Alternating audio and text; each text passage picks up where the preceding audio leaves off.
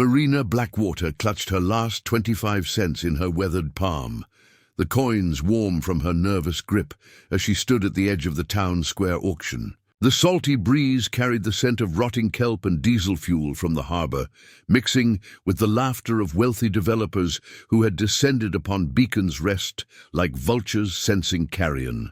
Her faded denim jacket hung loose on her thin frame, and her dark hair, streaked prematurely with silver from years of financial stress, was pulled back in a simple braid that spoke of practicality over vanity. Before we jump back in, tell us where you're tuning in from. And if this story touches you, make sure you're subscribed, because tomorrow I've saved something extra special for you. The lighthouse loomed before them all, its white-painted tower streaked with rust and decay, perched on the rocky outcropping that had guided ships safely to harbor for over 2 centuries. To everyone else gathered in the square, it was a monument to obsolescence, a crumbling relic that blocked valuable waterfront development. But Marina saw something different in its weathered stones and peeling paint: history, heritage, and perhaps something more.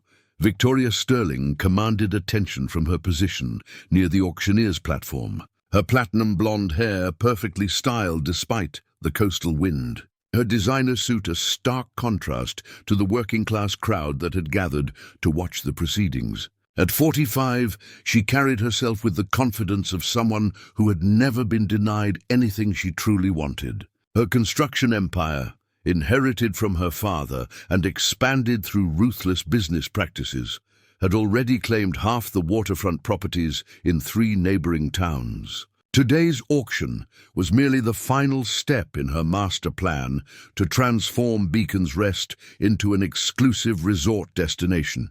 Ladies and gentlemen, we have our final item of the day, announced Harold Martinez, the county auctioneer whose voice had grown hoarse from 3 hours of proceedings. The Beacon's Rest lighthouse, built in 1847, decommissioned in 1962. The building and surrounding half-acre of land are being sold as is, with no warranties regarding structural integrity. Sterling's associate, a thin man in an expensive suit who looked perpetually uncomfortable with the salt air, leaned close to whisper something in her ear. She nodded curtly, her pale blue eyes already calculating the demolition costs and profit margins. The structure will require significant renovation, or more likely, complete demolition, Harold continued, consulting his notes. The Coast Guard report indicates potential foundation issues and extensive weather damage. Bidding starts at $1.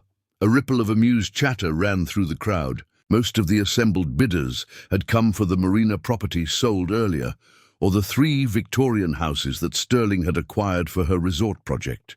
The lighthouse was an afterthought, a nuisance that someone would have to deal with eventually. $1, called out Sterling, her voice carrying the bored tone of someone going through the motions. Marina felt her heart hammering against her ribs. This was it, her one chance to save something precious from being turned into another generic luxury development. Her grandmother's journals had mentioned this lighthouse specifically, though the references had always seemed like romantic family folklore until now. $2, she called out, her voice steadier than she felt. The crowd turned to look at her, and Marina could feel their collective assessment. Her second-hand clothes, her anxious posture, her obvious lack of funds, everything about her screamed desperation. Sterling's perfectly manicured eyebrows rose in amused surprise. $5, Sterling countered without hesitation. Marina's grip tightened on her quarter. She had exactly 25 cents to her name, the remainder of her last unemployment check after paying for the bus fare to get here.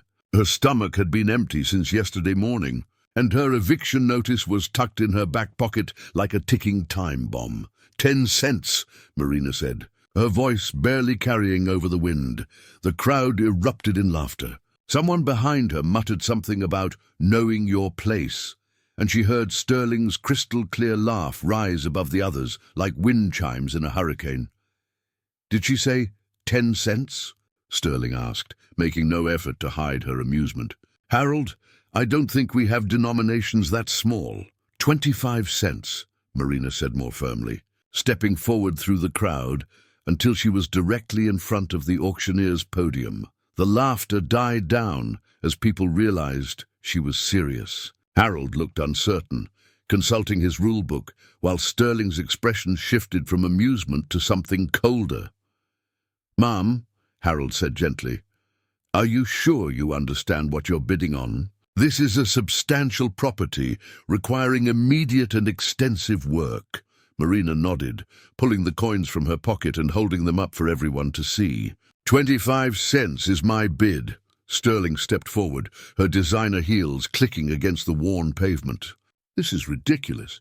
Harold, surely there are minimum bid requirements. You can't sell public property for pocket change to someone who clearly can't handle the responsibility.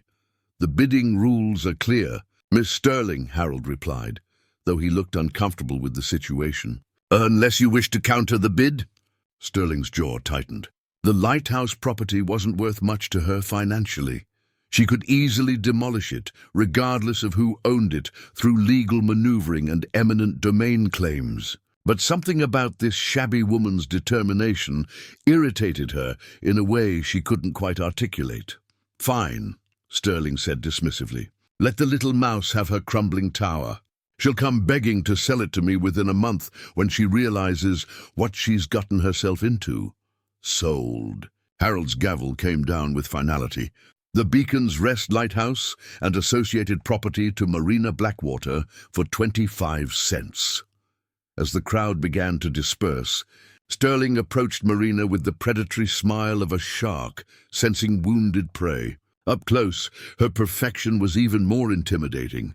Flawless skin, perfect teeth, the kind of confident beauty that came from a lifetime of privilege and professional maintenance. "Marina Blackwater," Sterling said, her voice honey-sweet with underlying venom. "Such an interesting name. Almost sounds like you're from around here, though I don't recall seeing you before today."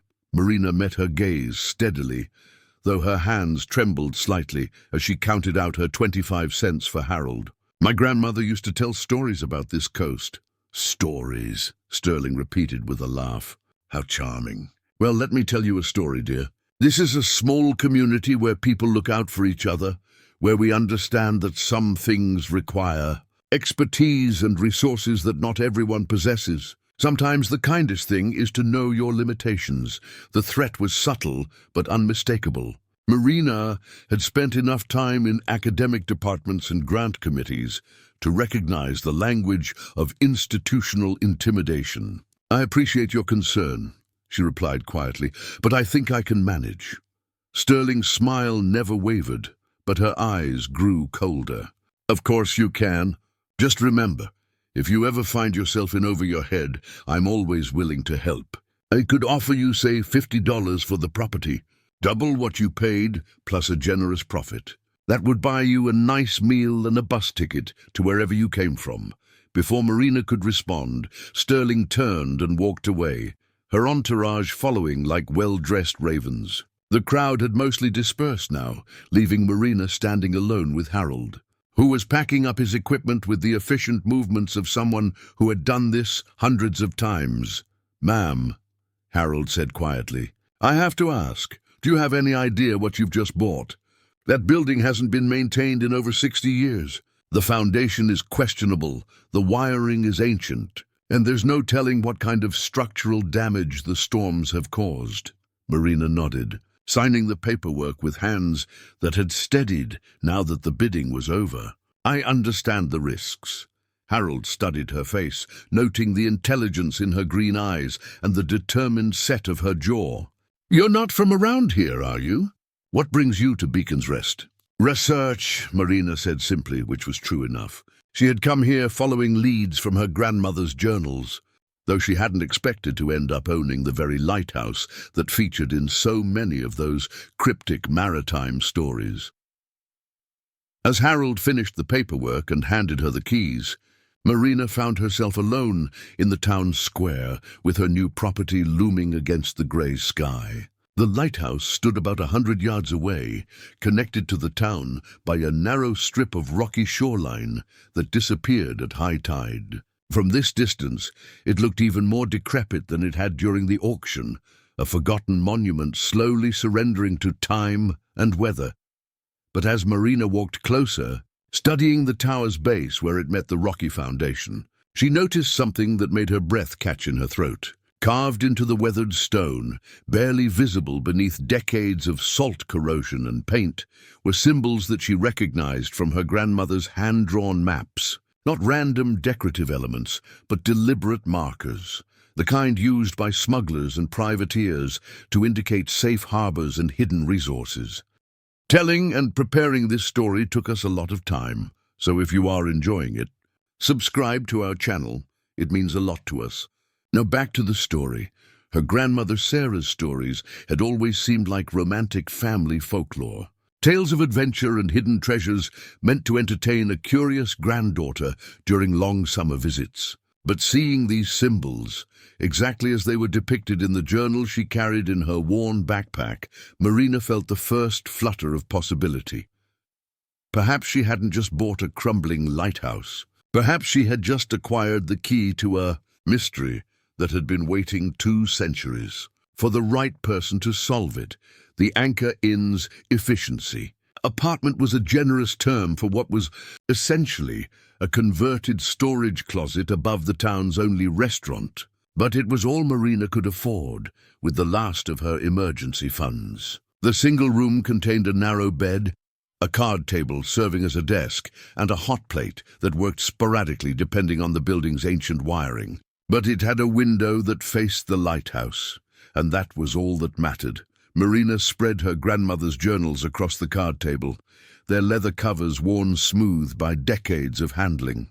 Sarah Blackwater had been a woman of contradictions, a reformed smuggler who became a respectable maritime historian, an adventurer who settled into quiet domesticity while keeping detailed records of her wilder years. The journals spanned nearly 4 decades, from Sarah's teenage years running supplies along the coast during Prohibition to her later work documenting the oral histories of old. Sailors and fishermen, by candlelight, the electricity had been shut off an hour ago. Another reminder of her precarious situation, Marina studied the pages that had always fascinated her most. Her grandmother's hand-drawn maps of the New England coast were remarkably accurate, showing hidden coves, underwater hazards, and safe anchorages that didn't appear on official nautical charts. But it was the symbols scattered throughout these maps that had always puzzled Marina, cryptic markings that Sarah had called the Old Language.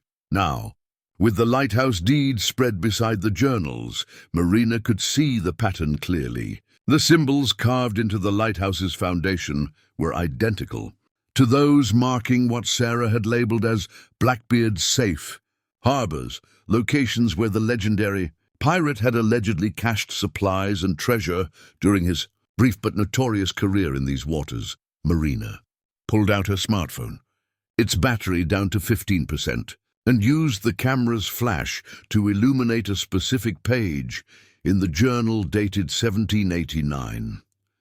Sarah had copied this entry from what she claimed were the papers of Captain William Mitchell, a privateer-turned-merchant who had operated along this coast in the decades. Following the Revolutionary War, the beacon's light guides more than ships to safety. The entry read in Sarah's careful script, "Those who know the old signs can find the paths that lead below, where Spanish gold sleeps in chambers carved by those who feared neither king nor devil. The lighthouse keeper holds the first key, but the true entrance lies where the tide cannot reach, marked by the compass rose that points not to magnetic north, but to fortune beyond imagining." Marina had read this passage dozens of times over the years, dismissing it as the kind of romantic embellishment that accumulated around coastal legends like barnacles on a ship's hull. But now, studying the symbols she had photographed at the lighthouse base, she could see that several of them formed a distinct compass rose pattern, not aligned with true north, but pointing toward the rocky shoreline that connected the lighthouse to the mainland.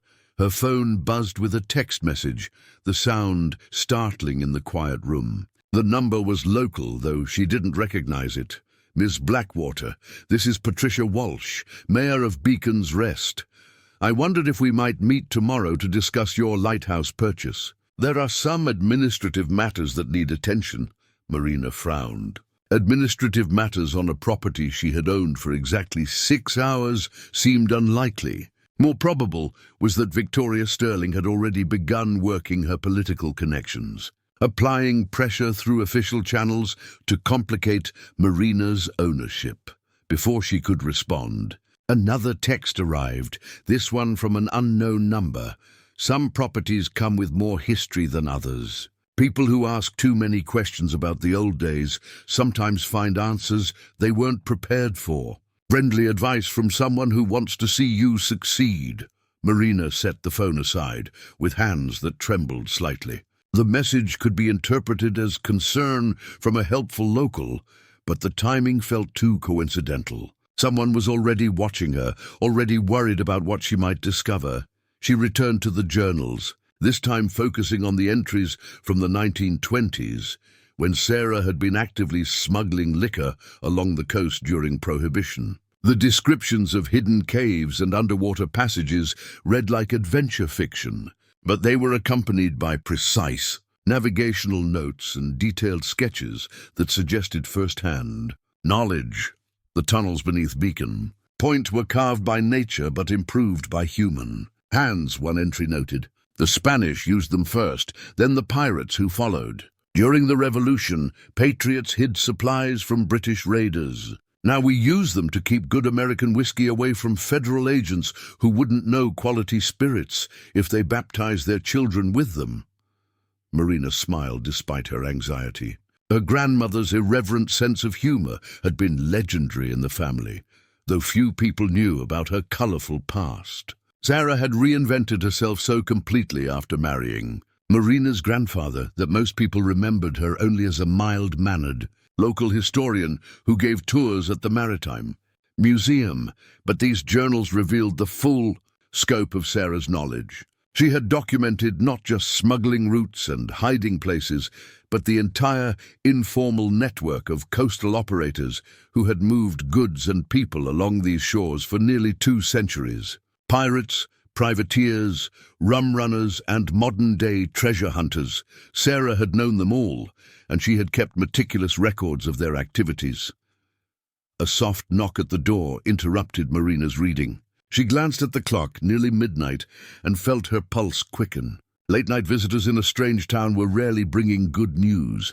Marina. The voice was female, older, with a slight accent she couldn't place. My name is Elena Rodriguez. I teach at the elementary school here. I wondered if we might talk.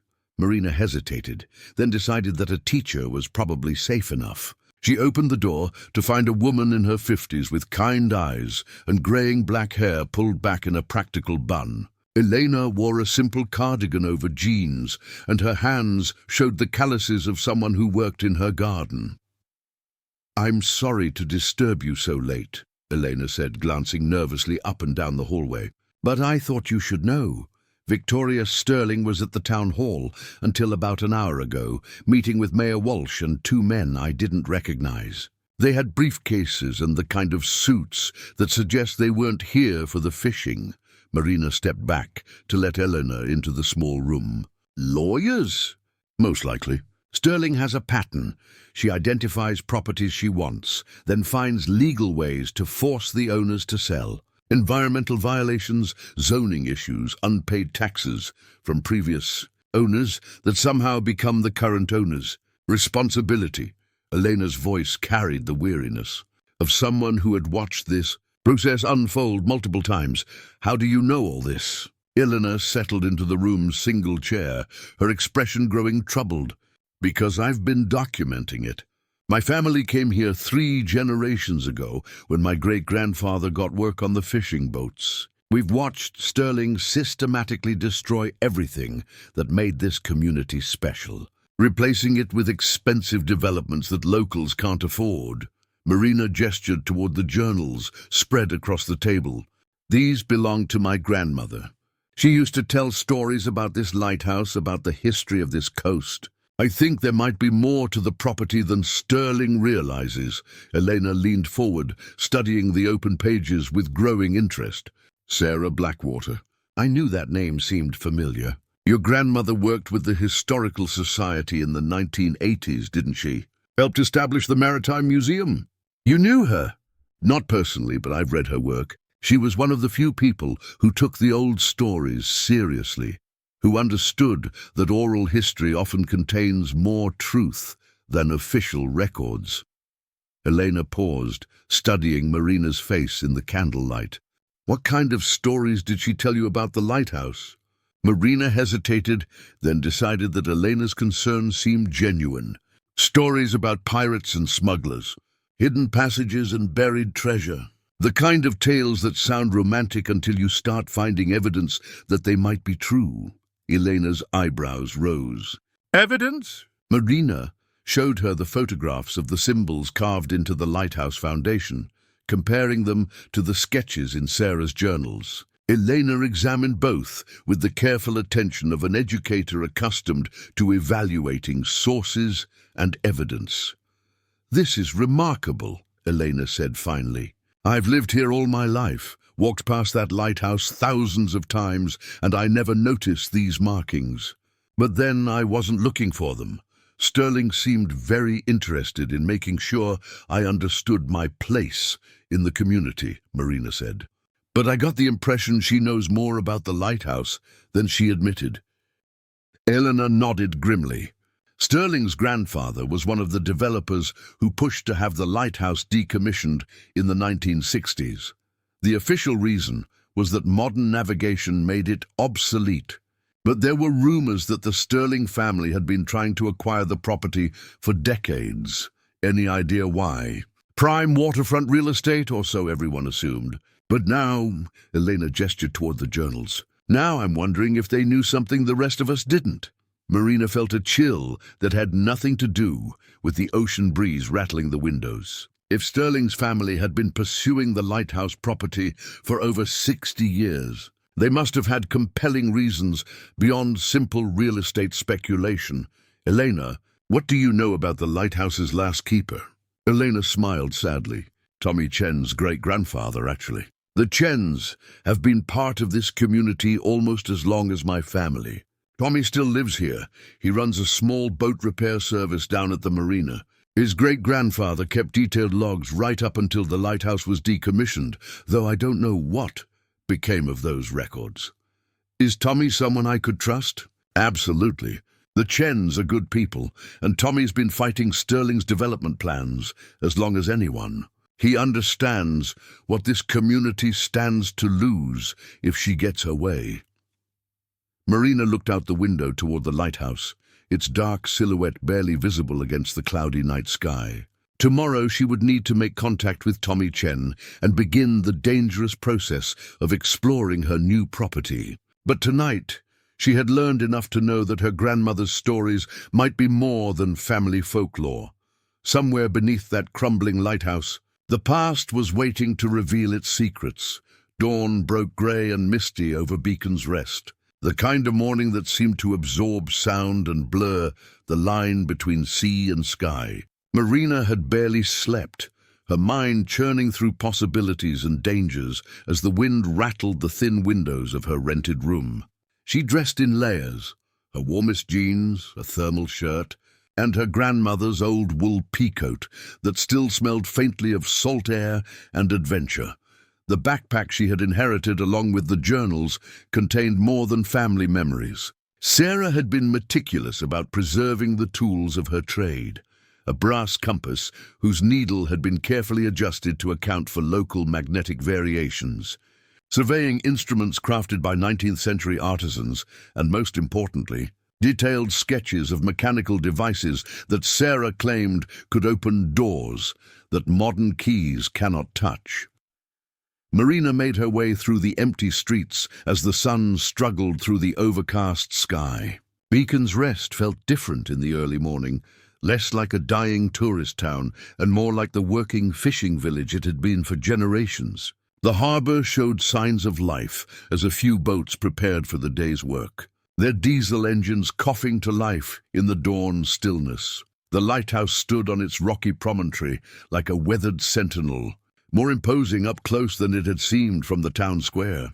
The white paint was indeed peeling badly, and the iron railings around the observation deck had surrendered to rust years ago. But the stone foundation looked solid, and the wooden door at the base appeared to be in better condition than Marina had expected. She was studying the lock mechanism, trying to match her key to its ancient configuration, when a voice behind her made her jump. "You're either very brave or very foolish. Coming out here alone." Marina spun around to find a man about her own age, emerging from behind a stack of old lobster traps. He wore work clothes that had seen better days, faded jeans, a flannel shirt, and boots that showed the kind of wear that came from honest labor. His black hair was touched with premature gray at the temples, and his hands bore the calluses of someone who made his living fixing things. "I'm Marina Blackwater," she said, extending her hand. "I bought the Lighthouse yesterday." Tommy Chen. His grip was firm, calloused, and warm. "I know who you are. Word travels fast in a small town, especially when someone pays 25 cents for waterfront property." His smile took any sting out of the observation. "I was working on a boat engine at the marina when I saw you walking out here. Figured I'd better check on you. Elena Rodriguez mentioned you last night. She said your great-grandfather was the lighthouse keeper." Tommy's expression grew more serious. "He was the last keeper, actually. Tended the light from 1952 until they shut it down in 62. He used to tell stories about this place, about the history that went deeper than most people realized." Marina felt her pulse quicken. "What kind of stories?" "The kind that adults usually dismiss as old man's fantasies, until you start noticing that the details never changed. No matter how many times he told them." Tommy moved closer to the lighthouse, his eyes studying the foundation stones with obvious familiarity.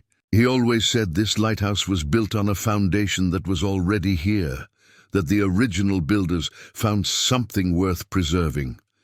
Marina pulled out her grandmother's compass and notebook. "Did he ever mention symbols carved into the stone?"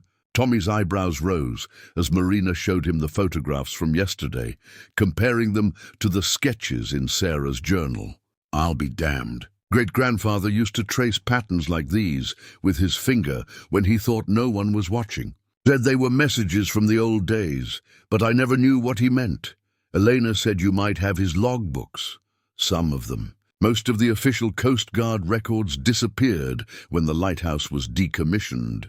But great-grandfather kept his own notes about maintenance work, weather conditions, unusual events." Tommy paused, studying Marina's face.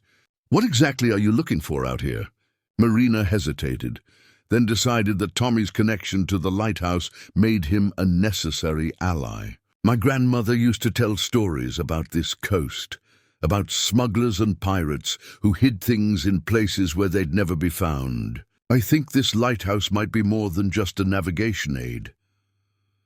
Tommy was quiet for a long moment, looking out at the grey ocean that stretched endlessly eastward. Great-grandfather always said the lighthouse felt different from other buildings. Claimed there were sounds sometimes, especially during storms, that didn't come from the wind or the waves. Sounds, like voices carrying on the air, or machinery working somewhere you couldn't see it. Tommy turned back to Marina. "You really think there's something hidden here?" "I think there's only one way to find out." Marina finally managed to work her key into the lighthouse door lock. The mechanism was ancient but well maintained, turning with the smooth precision of quality craftsmanship. The door swung open on hinges that moved silently despite decades of exposure to salt air. The interior was a surprise. From outside, the lighthouse looked abandoned and neglected, but stepping across the threshold revealed a structure in far better condition than Marina had expected. The spiral staircase that wound up the interior wall was solid and stable. The wooden steps worn smooth by generations of keepers, but showing no signs of rot or structural damage. "This is odd," Tommy said, running his hand along the interior wall. "The outside looks like it hasn't been maintained in decades. But these walls are solid, the mortar is sound, and I don't see any water damage." Marina consulted her grandmother's sketches, comparing them to the interior architecture. My grandmother's notes mention that smugglers often disguised valuable properties to avoid attracting attention, made them look abandoned or worthless, while keeping the important parts in perfect condition. They climbed the spiral staircase together, their footsteps echoing in the confined space. The lighthouse was taller than it appeared from outside, 4 full stories plus the lamp room at the top. Each level had small windows that provided glimpses of the coastline, and Marina noticed that several of these windows offered perfect views of approaches from both land and sea. Great-grandfather was right about the construction, Tommy said, as they reached the lamp room. This masonry work is first-rate. Someone built this to last centuries, not decades. The lamp room itself had been stripped of its Fresnel lens and navigation equipment, leaving only the bronze housing that had once supported the beacon. But Marina was more interested in the symbols carved into the interior metalwork, the same compass rose pattern she had found in her grandmother's journals, pointing not toward magnetic north, but toward the rocky shoreline that connected the lighthouse to the mainland. Tommy, what do you know about the foundation of this building? Great-grandfather always said it went deeper than it should, claimed the builders found natural caves in the rock and incorporated them into the structure somehow. Tommy paused, studying the compass rose carving. Why? Marina pulled out the brass compass her grandmother had left her. Its needle swung wildly for a moment before settling on the same direction indicated by the carved symbol, toward the shoreline, not toward magnetic north, because I think your great-grandfather was right about there being more to this place than meets the eye. They descended to the ground floor, where Marina began a systematic examination of the walls and floor, looking for any irregularities that might indicate hidden passages or concealed mechanisms. The lighthouse had obviously been designed with security in mind: thick walls, minimal windows at ground level, and a door that could withstand severe weather. But it was Tommy who found the anomaly. Marina, look at this.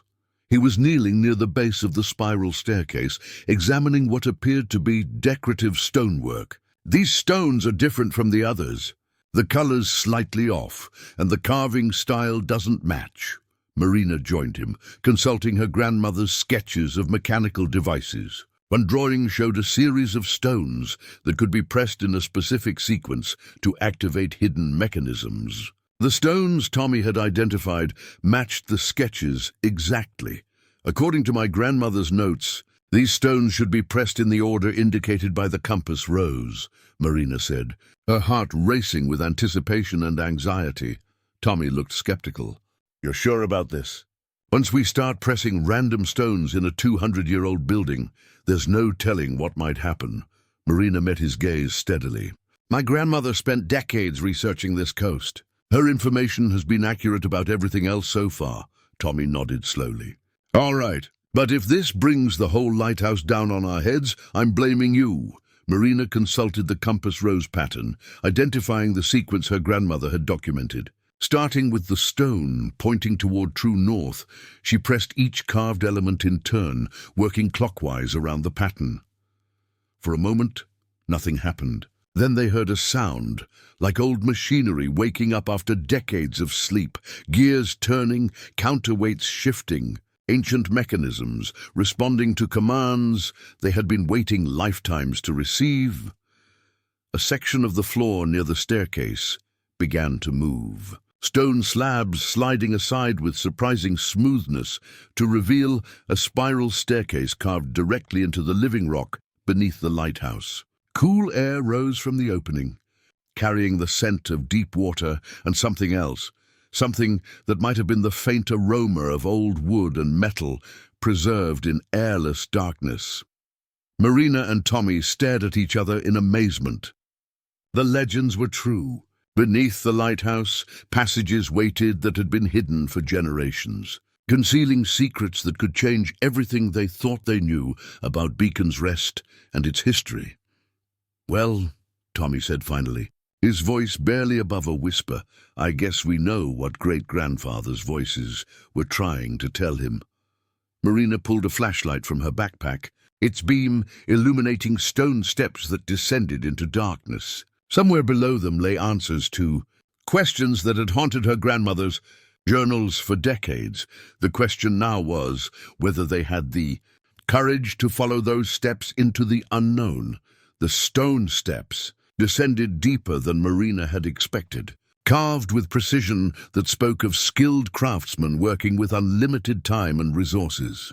Tommy followed close behind, his footsteps echoing in the narrow passage as their flashlight beams revealed walls lined with maritime artifacts that had been preserved in the airless environment for centuries. "Look at these," Marina whispered, her archaeological training taking over as she documented everything with her phone camera. Old ship lanterns hung from iron brackets, their brass fittings green with age but structurally intact. Coils of rope, now brittle as autumn leaves, had been carefully stored in alcoves carved specifically for their preservation. Most intriguingly, symbols had been carved into the walls at regular intervals, the same navigation markers her grandmother had documented. But here, they formed a clear path deeper into the tunnel system. The passage opened into a vast chamber that defied their expectations. The ceiling stretched beyond their flashlight range, supported by natural rock formations that had been supplemented with expertly fitted stonework. But it was the far wall that made Marina's breath catch in her throat. An enormous iron door dominated the chamber's end, its surface covered with intricate carvings that told a story of maritime adventure and hidden wealth. Spanish galleons battled English privateers, while elaborate compass roses marked the corners. At the door's center, a massive lock mechanism awaited a key that had been lost to time. "Marina," Tommy's voice was tight with concern. "We're not alone down here." He directed his flashlight toward the chamber floor, revealing fresh footprints in the accumulated dust. Boot prints too recent to have been made by long-dead smugglers. Someone else had been exploring these tunnels, and recently Marina examined the prints more closely, her heart racing. "These can't be more than a few days old. Someone's been searching down here, but they couldn't get through that door." Tommy approached the iron barrier, studying its lock mechanism with the practiced eye of someone who understood mechanical systems. "This isn't just a door, it's a vault. The kind of thing you'd build if you had something worth protecting for centuries."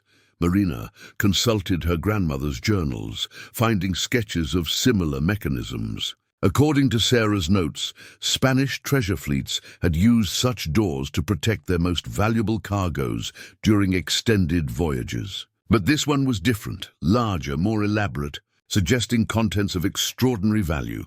Behind the door, they could hear something that made their blood run cold.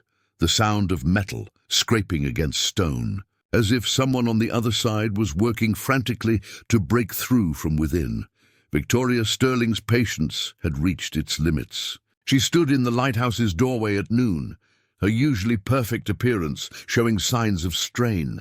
Her designer suit was wrinkled from the coastal humidity, and her pale blue eyes held a hardness that made even Jake Morrison, her security chief, keep his distance.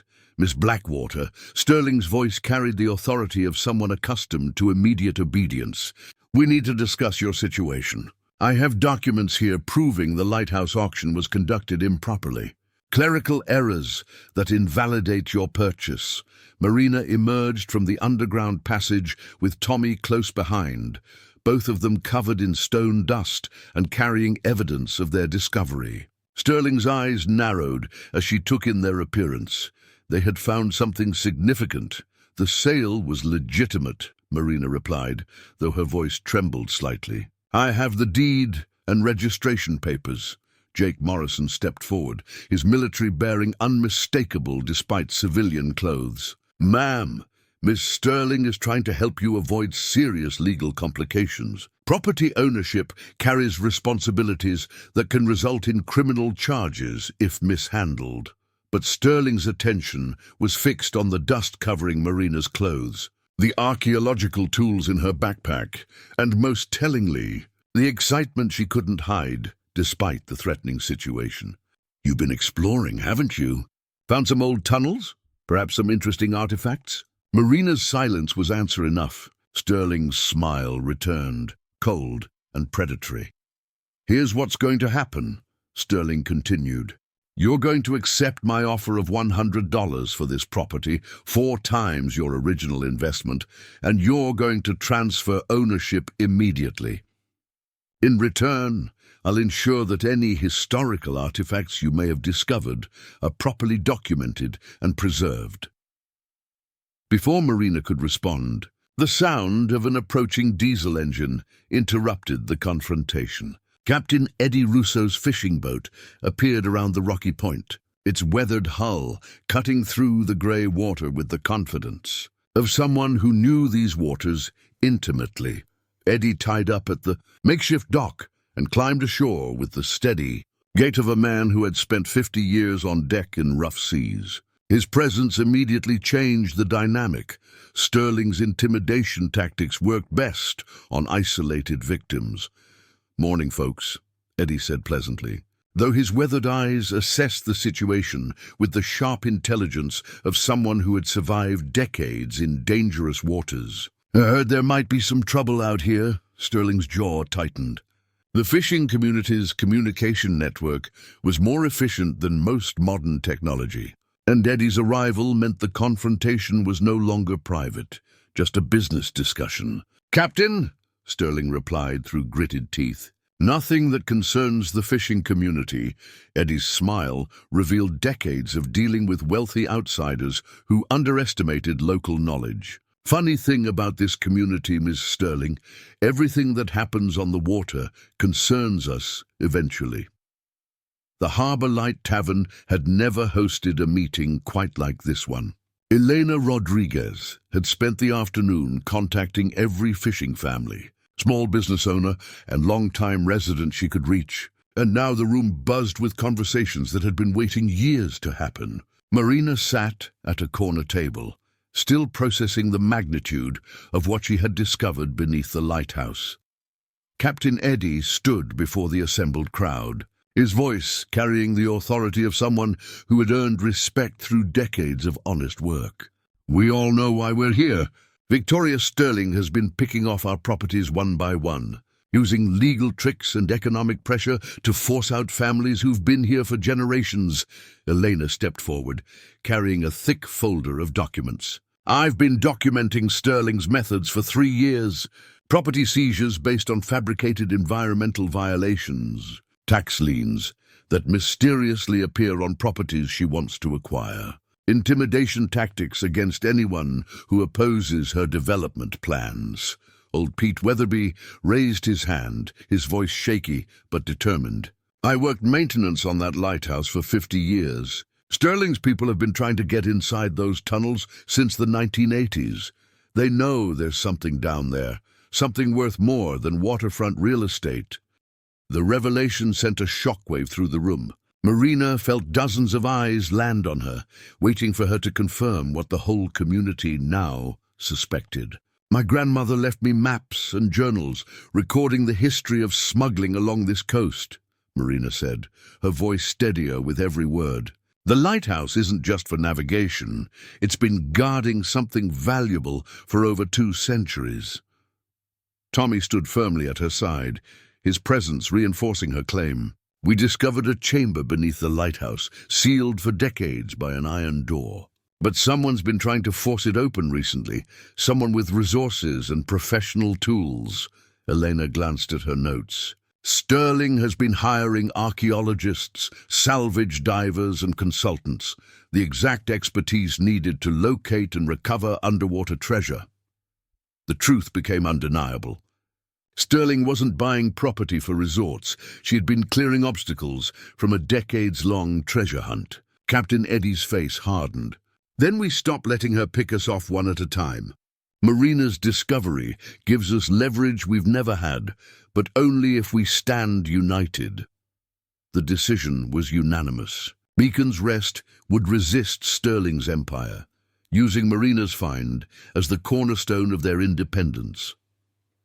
Dr. James Hartwell arrived on the morning ferry with equipment that made Marina's heart race. State-of-the-art, ground-penetrating radar, underwater cameras, and archaeological tools that could have funded her research for years. His arrival turned the search from amateur pursuit into scientific discovery. "Ms. Blackwater," Hartwell said while directing the unloading, "your report is compelling, but I must examine everything myself before making determinations." Marina guided him through the lighthouse into the chambers below, cataloguing each artifact and carved mark with professional care. Hartwell's doubt shifted to wonder as the scope of the site revealed itself. "Incredible," he murmured, inspecting the iron doors mechanism. "A Spanish colonial craftsmanship, early 18th century. Perfect preservation. These tunnels maintained stable conditions for centuries." Radar scans showed sprawling chambers beneath the cliffs, some flooded, others stacked with objects. Treasure estimates reached $95 million in Spanish gold and artifacts. But as Hartwell moved to secure the site, Victoria Sterling appeared with her own experts and legal orders challenging the state's investigation. "Dr. Hartwell," she declared, flanked by lawyers and guards, "I have court documents disputing your jurisdiction. Ownership is contested, and proper protocols may not have been followed." Mayor Patricia Walsh stood behind her, torn between conscience and threats from Sterling's attorneys who warned of personal liability. Hartwell scanned the paperwork, frustration mounting. "These injunctions are irregular. The state has clear authority here." Sterling's smile betrayed her preparation. "Perhaps. But until ownership is resolved, this site must remain sealed. The standoff would decide whether Marina's find served the community or vanished into Sterling's legal machine." The fire began at 3 a.m., flames licking the lighthouse walls with suspicious precision. Marina woke to smoke and Tommy pounding at her door, shouting of an emergency that would change everything. They dashed through empty streets as sirens wailed, reaching the lighthouse to see Jake Morrison directing security in what looked like firefighting. But Marina's trained eye saw otherwise. "They're not extinguishing it," she whispered. "They're steering it, targeting specific sections." The blaze advanced unnaturally, devouring the wooden structures while sparing the stone base that concealed the chambers. But Sterling's scheme misjudged the tunnel's complexity. Flames funneled downward, igniting trapped gases and creating unseen pressure. The sealed chamber, built to withstand sieges, became a ticking vessel. The explosion shook the town. Windows shattered blocks away as the chamber burst, spewing Spanish gold and relics through the foundation like a molten geyser. Coins and artifacts rained across the shore, glittering in firelight. Hartwell arrived with officials as the eruption peaked, cameras recording history. The townsfolk crowded the hillside, watching treasure fall like golden rain. Jake Morrison froze, horror etched on his face as he realized he had helped destroy the irreplaceable. Sterling had already fled, her luxury car tearing down the highway. The treasure's authenticity and Sterling's guilt were now undeniable, witnessed by hundreds and documented by the state. No legal trickery could hide the truth. It had exploded into the open. The media swarmed Beacon's Rest, turning it into a circus of reporters, fortune-seekers, and thrill-chasers drawn by the tale of millions in pirate gold raining from the sky. Yet Marina's real triumph was watching Sterling taken away in handcuffs. Investigators uncovered arson, theft, and a conspiracy spanning decades. Sterling's own chief of security, Jake Morrison, confessed, his loyalty crumbling beneath guilt. "She always knew about the treasure," he told officials, posture still military straight. "Spent 30 years buying land, bribing leaders, silencing anyone who came close to discovering the lighthouse's secret." Hartwell and his team worked tirelessly to recover and catalogue the treasure. The gold proved authentic, dating to the early 1700s, when piracy thrived along New England's coast. Estimates climbed beyond 100 million in gold, silver, and relics. Marina's ownership of the lighthouse was confirmed, instantly making her one of New England's wealthiest women. More importantly, Sterling's grip on the town was broken. Properties seized through fraud were returned to families. Sterling's empire collapsed under fraud charges and civil suits from those she had displaced. Elena Rodriguez succeeded Mayor Walsh, who resigned in disgrace after her complicity surfaced. Elena's first act was granting historic protections to the Lighthouse district. Tommy Chen accepted Marina's offer to oversee restoration, their partnership deepening into something more as they transformed the site from smuggler's lair to landmark. The treasure was apportioned under maritime salvage law, shares for the state, for the discoverers, and for the community's development. For the first time in generations, Beacon's Rest's future shone brighter than its past. 6 months after the explosion that changed everything, Marina stood on the lighthouse's restored observation deck, watching tourist boats navigate the waters where Spanish treasure ships had once hidden from British naval patrols. The Beacon's Rest Maritime Museum had become one of New England's premier historical destinations, drawing visitors from around the world to see the authentic pirate treasure and learn about the coast's rich smuggling heritage. The lighthouse itself had been restored to working condition, its modern LED beacon once again guiding ships safely to harbor. But now it also served as the centerpiece of a thriving educational complex that included the underground chambers where the treasure had been hidden for centuries. Marina's Marine Archaeology Research Center occupied the former. Sterling Construction Office, employing 12 full-time researchers and providing internship opportunities for graduate students from universities across the region. The irony of using Sterling's former headquarters to study the history she had tried to destroy was not lost on anyone in the community. Tommy emerged from the museum's workshop carrying a newly restored ship's lantern, one of dozens of artifacts they had recovered from the underground chambers. Their relationship had evolved naturally from professional partnership to something deeper, built on shared adventure and mutual respect for the history they were preserving. "The Chen family exhibit opens next week," Tommy said, settling beside Marina on the observation deck. "My great-grandfather would have loved seeing his lighthouse keeper logs displayed alongside genuine pirate treasure." Elena Rodriguez approached with a group of fourth-grade students from the local school, their excited voices carrying on the salt breeze as she explained how smugglers had used the lighthouse's beacon to signal safe passage through treacherous waters. The educational programs had become so popular that schools from Boston were booking field trips months in advance. Captain Eddie's voice carried from the museum's main floor, where he regaled visitors with stories of the community's successful fight against Sterling's empire. At 73, he had found new purpose as the museum's lead interpreter, his weathered face animated with the pleasure of sharing knowledge with people who actually wanted to listen. The economic impact had transformed Beacon's Rest from a dying fishing village into a sustainable community that balanced tourism with traditional maritime industries. The treasure's discovery had provided the capital needed for infrastructure improvements, business development, and historic preservation that would benefit residents for generations.